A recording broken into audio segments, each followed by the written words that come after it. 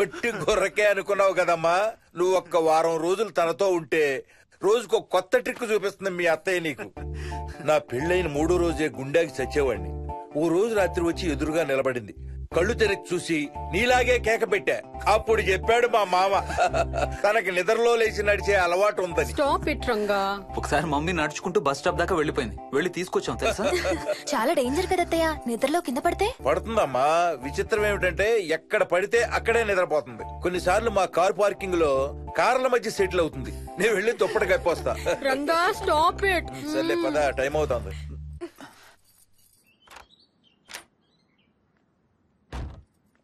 ఏమండి, cell phone తీసుకున్నారా? తీసుకున్నా. వాళ్ళని డ్రాప్ చేసి ఆఫీస్కి వెళ్తాను. నువ్వు కూడా వాళ్ళతో పాటు వెళ్ళొచ్చుగా. ఎవరో దినానికి వెళ్తున్నారు, నేను అక్కడికి వెళ్ళి ఏం చేస్తాను? అయినా ఇంత ఇంట్లో నన్ను రోజు ఒక్కదాన్నే వదిలేసి ఆఫీస్కి వెళ్ళిపోతావా? లేదు లేదు, వారానికి 5 రోజులు సెలవు పెట్టేసి నీతోనే ఉంటాను. మరి మిగతా 2 రోజులు? సాటర్డే సండే వాళ్ళే ఆఫీస్ తారు కదా. ఇంట్లో ఒక్కదాన్ని ఏం చేస్తావు? నువ్వు ఎప్పుడు వస్తావా అని నీకోసం పడిగాపులు కాస్తూ ఉంటాను. అవును. ఈరోజు ఏం కలర్ వేసుకుంటున్నావు? I don't know, maybe blue. మొత్తం బ్లూవా? అవును, బ్లూ సారీ. ఆహా, నేను అడిగేది అది కాదు, లోపల. సిగ్గులేని ఫెలో.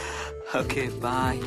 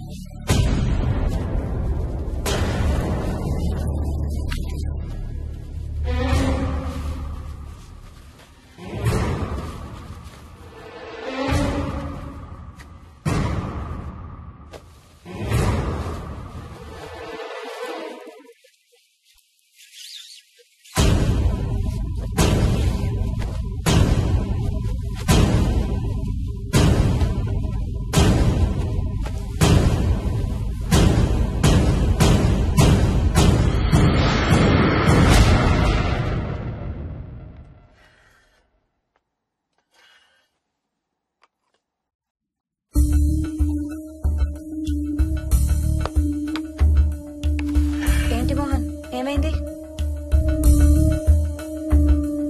తాతయ్య చీటింగ్, నీ కుర్రాన్ని వెనక్కి పెట్టు తాతయ్య. ఇప్పుడు నా భటుడు నీ మంత్రిని చంపేస్తాడు చూడు.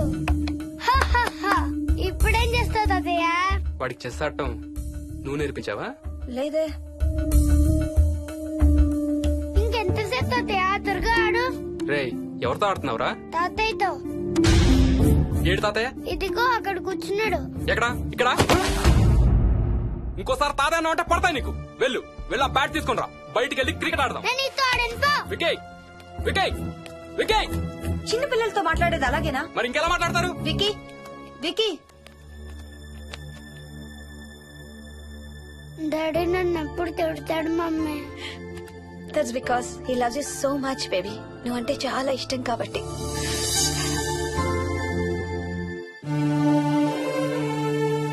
వికీ నాకు ఒక చిన్న హెల్ప్ చేసి పెడతావా please?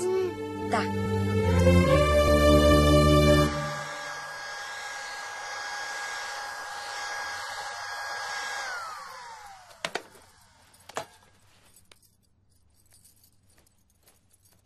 Hi aunty. Hi Vicky. Mummy మీకు బాక్స్ ఇచ్చిరమ్మంది. Thank you. రా లోపలికి రా. ఏంటి స్కూల్ కి హాలిడేనా ఇవాళ? లేదంటే నేనే స్కూల్ కి హాలిడే ఇచ్చేసాను. అంటే నేను అంకుల్ ప్లే స్టేషన్ లో గేమ్స్ ఆడుకోవచ్చా? ఓకే వెళ్ళి ఆడుకో.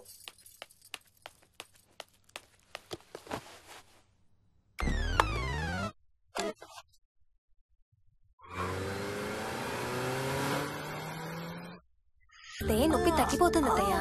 పోనీ టికెట్స్ క్యాన్సిల్ చేస్తానమ్మా. కొంచెం నొప్పి తగ్గాక 2 రోజులు ఆగే వెళ్తురు గానీ. మా టికెట్ల సంగతి సరేరా, మీవి ఇంటర్నేషనల్ టికెట్స్. లాస్ట్ మినిట్ లో క్యాన్సిల్ అంటే బోల్డ్ అంత పోతుంది. మీ అమ్మ సంగతి నాకు వదిలే, ఇంటికి తీసుకెళ్లి నేను చూసుకుంటాగా. నానా. మొలిగిన చాలు గానీ ట్రైన్ టైం అవుతుంది. లేవే లే. Stop it, Ranga. లే. Ranga, stop it. అసలు నువ్వు రాత్రిపూట నడవకుండా మంచానికి గొలుసులేసి కట్టేయాలి. Stop it. పగలబండి కాబట్టి సరిపోయింది.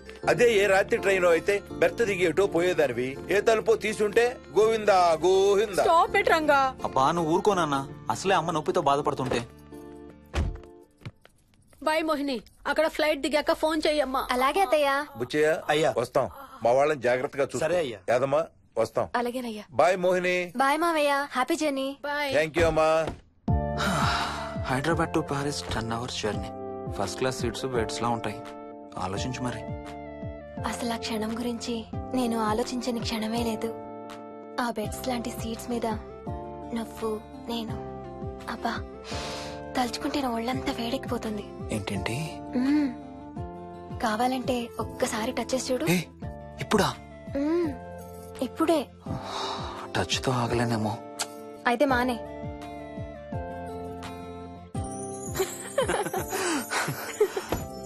రేయ్ తొందరగా రారా, టైం అవుతుంది. సరే వెళ్ళు, నేను ప్యాకింగ్ స్టార్ట్ చేయాలి. ఇవాళ ఏం కలరు? Stop it Harsha.